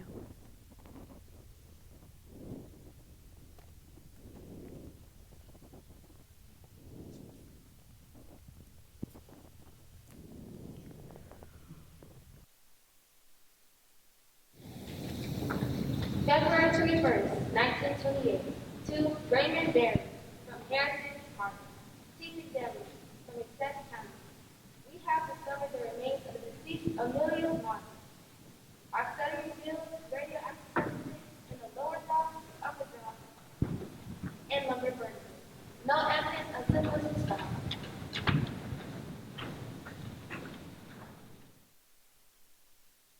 Body is radioactive. Bones a dead girl kick off gamma rays. Catherine Whiteley of Consumers League declares new evidence showing companies have lied. Dr. Joseph Neff, a Newark dentist who treated Amalia, who took portions of her jawbone out and removed it from her jawbone. This X-ray film shows that the jawbone was radioactive 5 years after the girl died. Will this make your case? Will this force a settlement? Make our case? No, this gentleman will make our case. Last night in a graphic exclusive, the founder of the U.S. Radium Corporation broke his long silence with this shocking announcement. Radium is responsible for the deaths of these poor girls. Dr. von Sachiki, is it true that you assisted with the autopsy?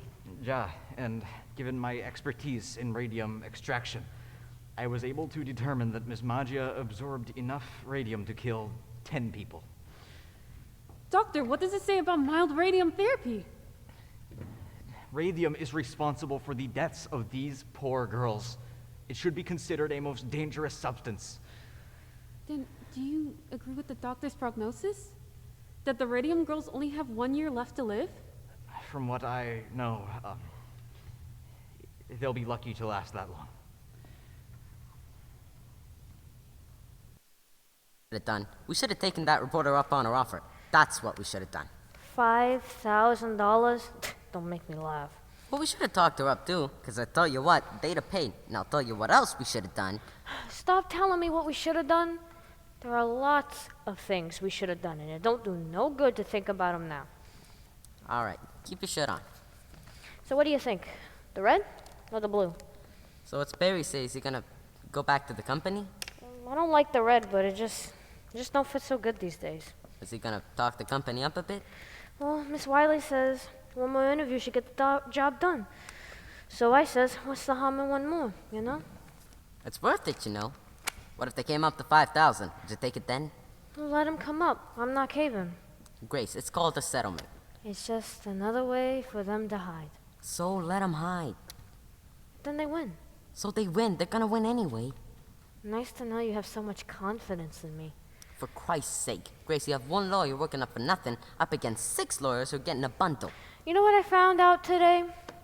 They put lead screens in the laboratory for the technicians. Did they ever give us lead screens? Oh, Jesus. And what, 100 girls in a room and they're just going to spend that kind of money on us? Grace, what are we doing And here? Miss Wiley says they're going to close down here. And they want to keep quiet. Grace, and Grace. they want to make another factory to move across New York. Grace, what are we doing here? I thought the idea was you get some money to settle your debts, get a better doctor, and we get on with things. Get on with things. You're still wearing my ring. Tommy, what did you think was going to happen, huh? Did you think that after all this was over, that things were just going to go back to the way that they were? Yeah, why wouldn't it? Look, Grace, there's a house up for sale in my brother's neighborhood. 2 rooms up, 2 rooms down. It's not that good, but it's still a start. And plus, it's only 3 blocks away from the school. What do we need with a school? Plan ahead for once. Tommy, again, what did you think was going to happen after this was all over? It's gonna go back to normal. I gotta see the surgeon. Okay. There's some fluid and he's gotta drain it. Okay. And he says there'll be more. Okay, so we deal with it when it comes. And more and still more. Why can't you see that? How can you talk about getting married and buying houses when you know that there's nothing? Grace, I can't think about that. Look, I'm too old to be living this in-between life. I want to come to my house, to you, to my wife. Look, Grace, I said it. I'm going to say it again. I'm too old for this in-between life.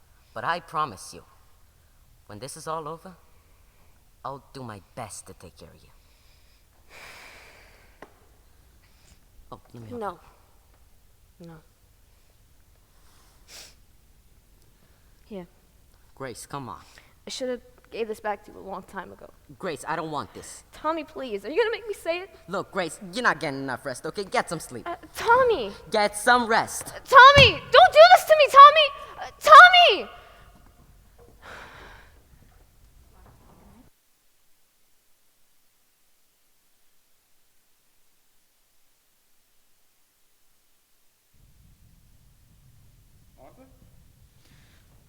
Charlie. Aren't you headed home? Charlie, I've been thinking it over. I think we should settle with these girls. Come up with an offer they can accept. No. Arthur, we agreed. We need a definitive victory. Otherwise, we should invite more of the same nonsense. Things have changed. Look, Arthur, I know you and Dan were close, but you can't let that cloud your judgment. Von Soschke is going to testify. We can deal with him. How? Put a little money in his pocket. Now you want to bribe him? Not a bribe. Let's call it consideration. Consideration? For an expert witness. Whatever Barry is paying him, we'll just give him a little bit more. You don't understand guilt, do you, Charlie? Right now, I don't have the luxury of thinking of it. Well, let me tell you something, Charlie. A guilty man has a tremendous need to unburden himself. His guilt can eat him alive. That's what Von Soschke wants. He wants to be free. That is why he's testifying for the girls. That is why he will never testify for us, no matter how much consideration you offer. Settle with these girls, and you'll have to settle with all the others. Neff was right about that. This is only the beginning. Tell Markley to get in touch with Barry, get a conversation going, come up with some sort of reasonable figure. For God's sakes, Arthur, what are you trying to do? Are you trying to wipe me out? We've got to get this off the table. Every penny I put by in the last 7 years, I have sunk into this company. Why? Because of you. You said it was a sure thing. No miss. Why work for Ansachki? We can work for ourselves. Remember that one? Take a chance, Charlie. Take a chance. Charlie, we were fooled. Von Soschke fooled us all. The best we can do now is to try to clean up after his mess as best as we can. Do this, and it's the end, Arthur. You're stepping down, Charlie? Not me. Well. Don't you know? They're one vote away from getting rid of you. And whose vote is that, Charlie? Arthur, have you so little faith in me? You don't have enough votes to get me off the board. I'll still be on the board. And still on the hook if this company goes under. Think of that the next time let your conscience get to you.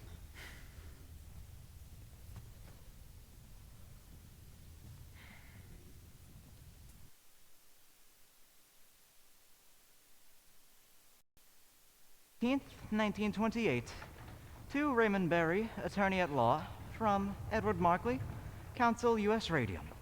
One of our key witnesses has encountered a serious scheduling conflict, which makes it impossible for him to testify in April. We have therefore requested a delay until June. As for your request for a settlement, well, every case involves some humanitarian aspect.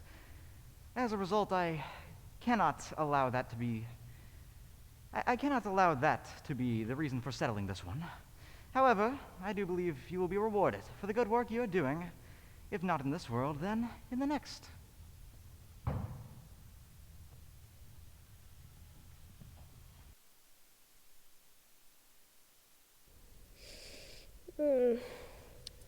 Tommy, please.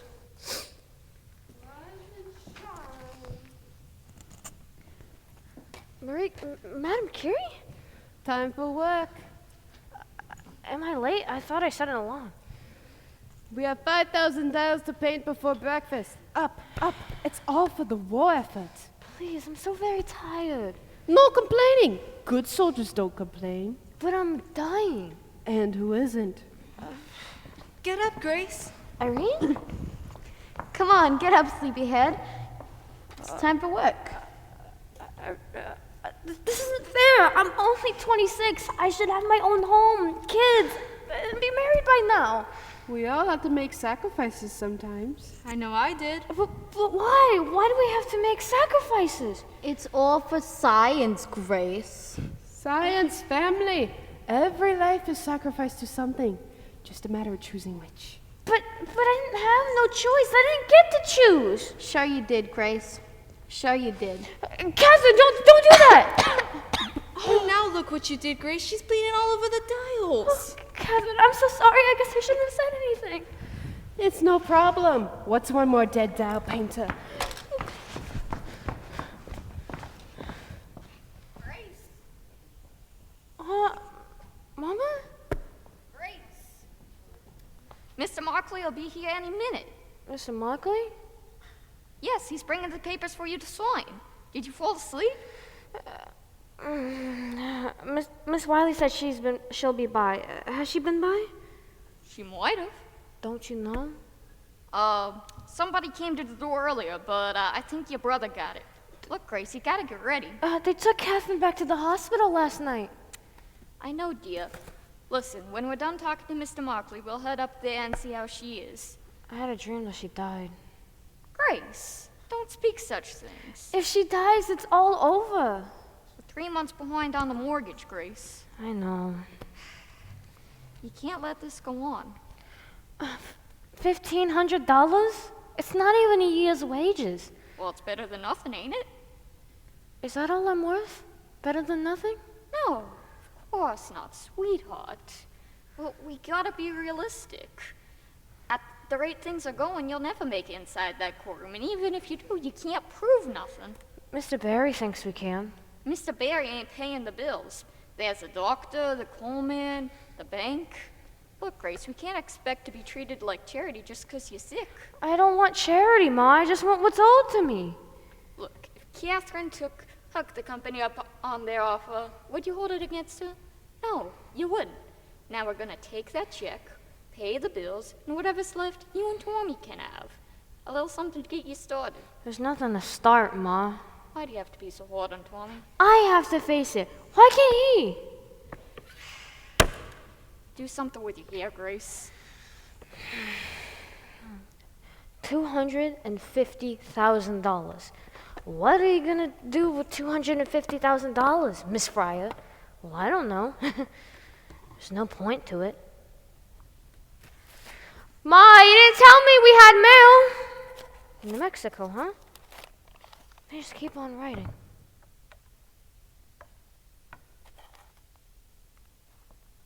She was here. Miss Wiley was here. Ma, Miss Wiley was here. She left me a note. Miss Fryer. Edward Markley. Ma said you were bringing papers. Yes, the terms are spelled out as we explained in our letter. $1,500 to you. I've got a check right here, and all we need is your signature. Now, Grace, Mr. Markley is a very busy man. No, it's okay. Take your time, look it over carefully. If you prefer, I could leave and come back tomorrow. No, we're doing this now. What's hold harmless? You agreed to hold the company harmless from any further action. No more lawsuits. Correct. Is that just for me or anybody in my family? Your entire family. It precludes a wrongful death action also. This is a confidential settlement. Yes? You didn't say anything about it being confidential. Well, that's standard for most legal settlements, Miss Fryer. We like to protect our privacy and yours as well. It cuts both ways.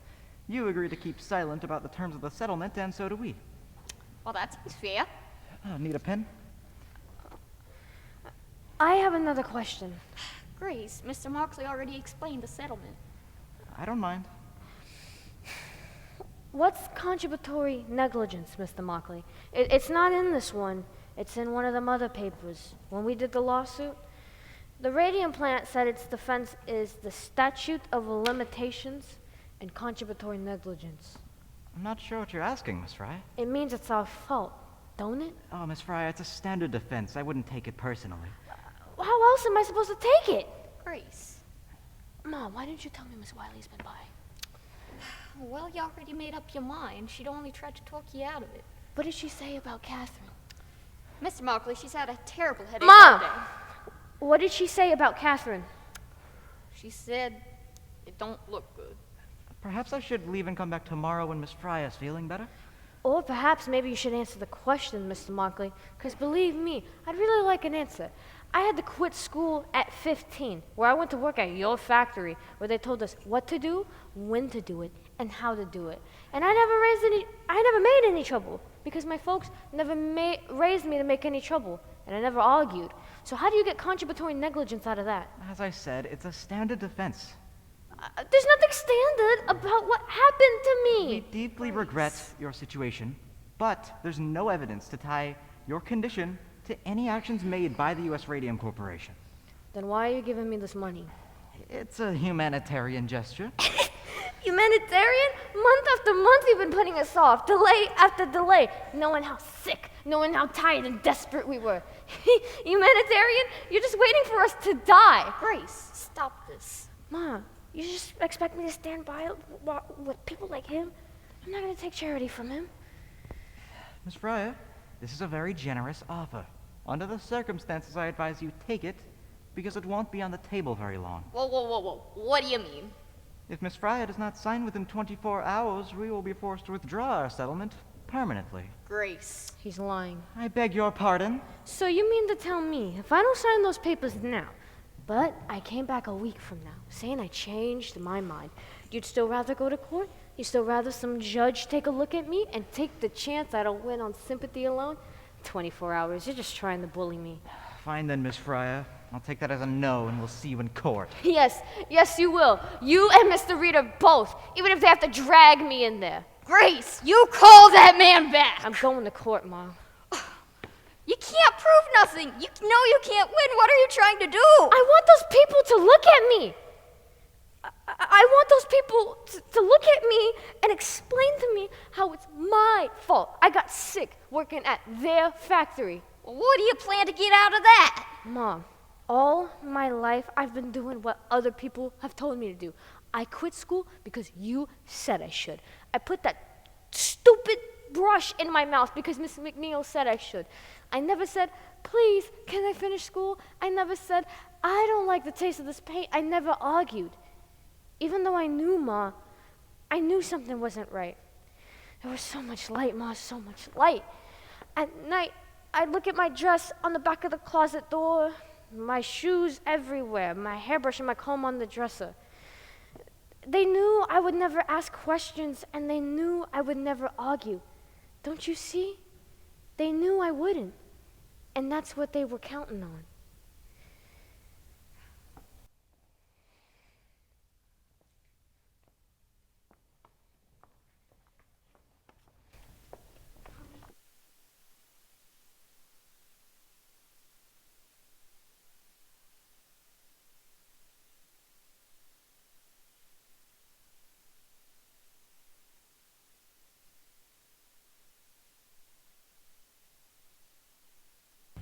Arthur, so it is you making all this noise.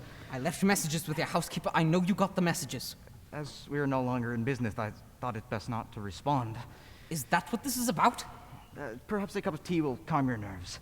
You never told me the plant was dangerous. You didn't tell me. You didn't tell Dan. I didn't know. You didn't know? You invented the damn paint. How can you say you didn't know? How can you lie like that? I didn't know until it was too late, Arthur. I should shove you to that damn wall. Perhaps you should, but you will not. You will sit down, you will have some tea, and you will calm yourself.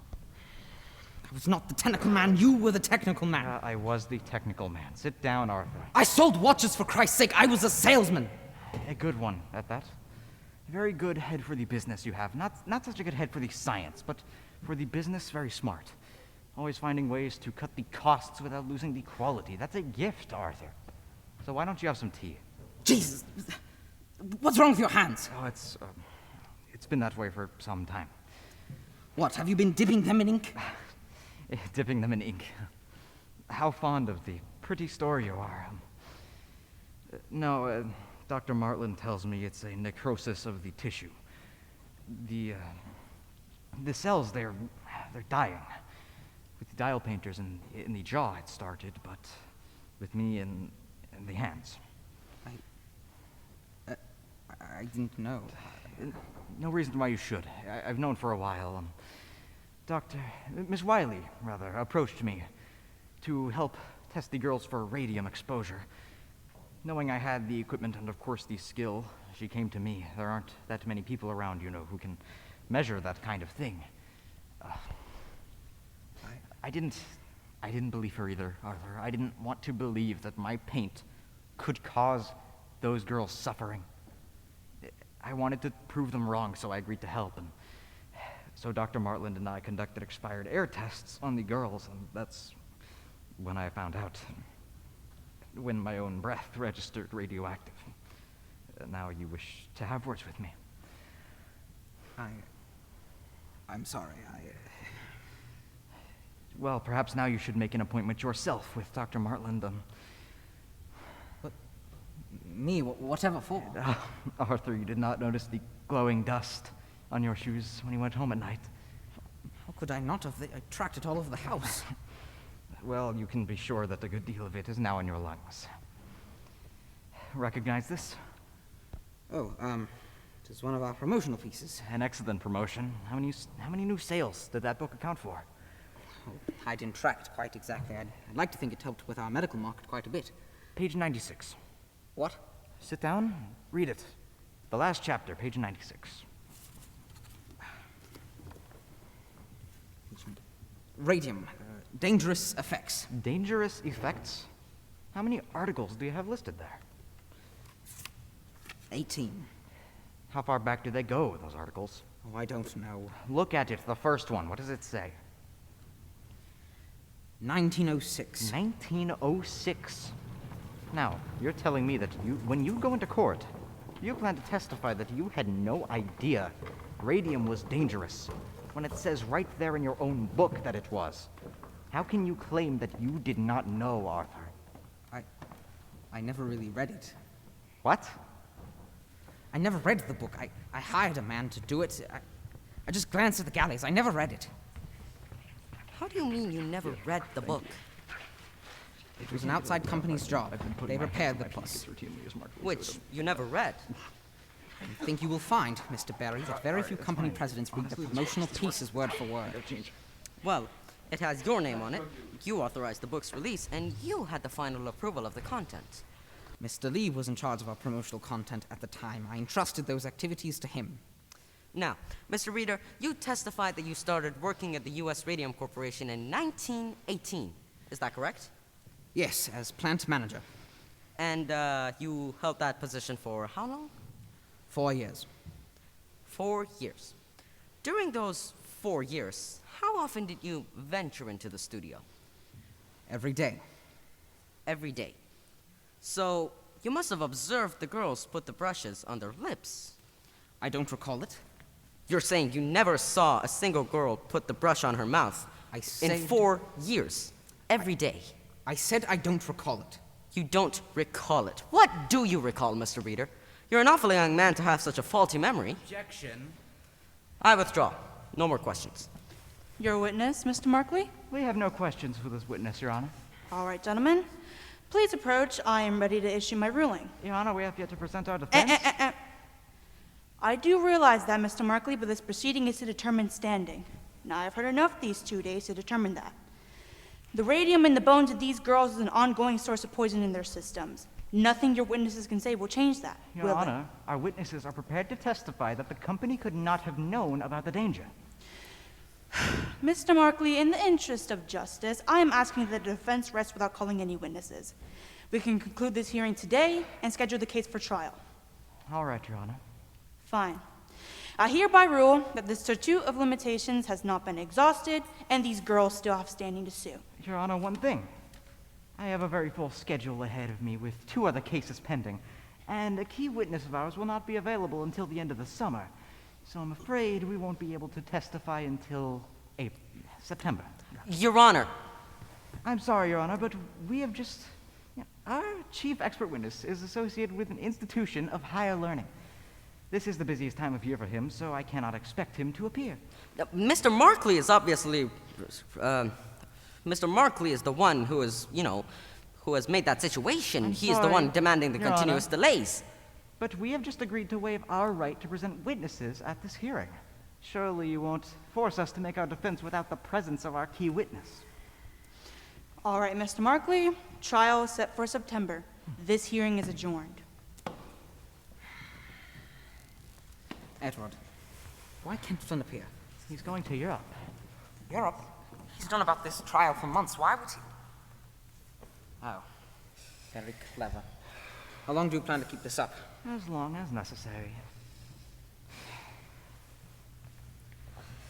Mr. Markley. Mr. Barry, congratulations. I didn't believe the court would go for it. You know full well these girls can't wait until September. One is so ill she can't appear in court. Well, my client has a right to make his defense. We're not going to wait until September. I promise you that. One way or another, we'll find an empty room on the docket. And your expert witness will be damned. That girl is still staring at me.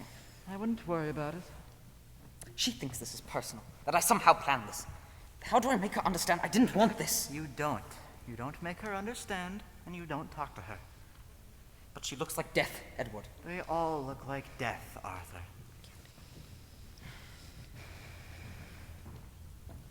Grace? That man, Miss Wiley, he won't look at me. He won't ever look at me. He just looks right through me like I'm not even here. It doesn't matter, Grace. He heard you.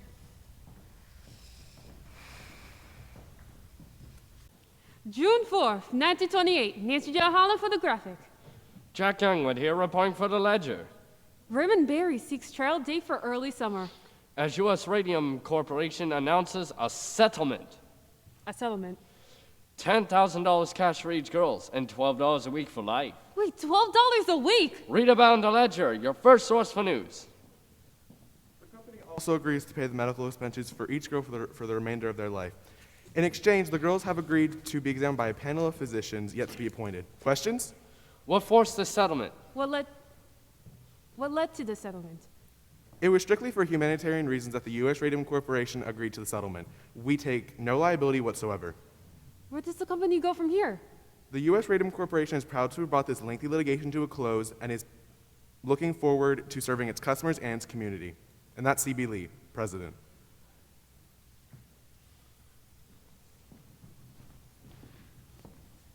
Catherine Wiley of the New Jersey's Consumers League. Our press statement. Were you pleased with the results, Miss Wiley? Finally, after these poor girls suffered, they received their compensation. But most importantly, radium poisoning has become a public awareness. Thank you, Miss Wiley. By the way, Wiley is spelled with one L and Catherine with a K.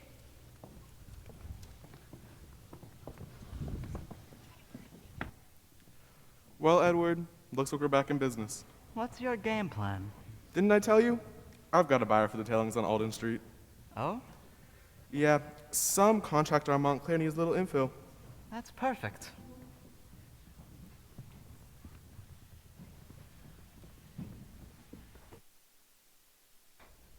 Now, Catherine, this won't do. We can't even see a name.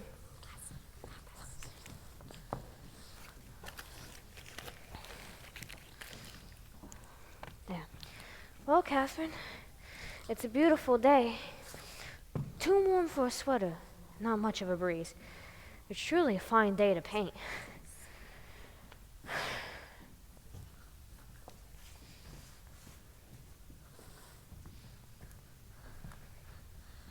Thought I might find you up here. You were right. It's quiet up here. Yep, Guess if you can rest in peace, this is the place to do it, huh? I guess so. What do you call that? Watercolors. I'm a little weak when it comes to landscapes, though. No, it's good, Grace. It's really good. First thing I bought with the settlement money was some paints. Big spender. And then I bought a car. Whoa, I didn't know you could drive. I can't. My brother drove me down here today. He's gonna teach me how. Grace, if you want to learn how to drive, I teach you. Tommy, we both know you have other things to do now. Oh, you know about that. Tommy, Orange just isn't that big. You know, I meant to tell you myself. That's why I came up in here in the first place. No, I'm happy for you. For the both of you. So, no hard feelings? Do you think I have time for that? I'm glad it worked out for you the way it did, Grace. I mean, are you glad? You don't feel like you backed down too soon, do you? I didn't back down. They backed down.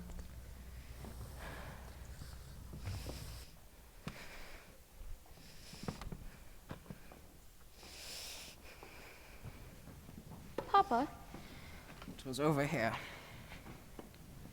Oh, Papa, this is morbid. This is the last place I saw her. No wonder Mother won't come for evening drives with you anymore if this is how you're spending your Sundays. I stood there for a long time, watching her. She didn't notice me at first, but something made her look up. Oh, my. Did she say anything? No. Harriet, my heart started pounding. I never knew what I would say to her if I had given the chance, and suddenly there she was, and I had the chance. It's just like in the courtroom that day. He's afraid of me. Or afraid of something. So, what did you say? I couldn't bring myself to speak. Oh, Papa, this was all years ago. It wasn't your fault. You know that, right? Scientists didn't know about things like this back then, and technology wasn't as advanced as it is now. You need to learn to let go. I think back on those days, Harriet. I try to remember. How could it have happened? I remember so clearly walking up those stairs to the studio on Alden Street. Those wide, high windows. The way the light hit the floor. The way the floor creaked under my feet. Oh, and the smell of the place chalky, like an old schoolroom. And those girls, schoolgirls really, all bent to the task in their plain green smocks. No man could work as fast as those girls did, their hands so delicate, going from the brushes to the paint, to the dials, to their lips. Try as I might, Harriet, try as I might, I cannot recall their faces. I never saw their faces.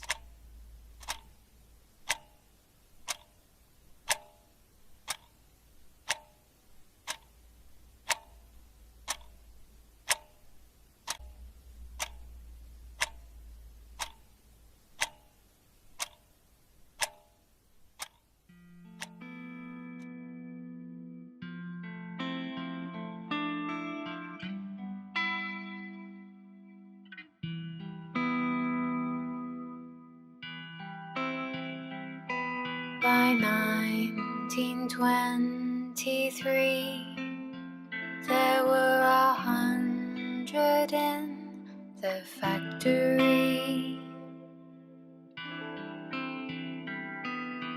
Girls from all around town, saving for a new way out. There they worked by day, painting in their careful way. Dials for the sky, clocks and watches bright for night.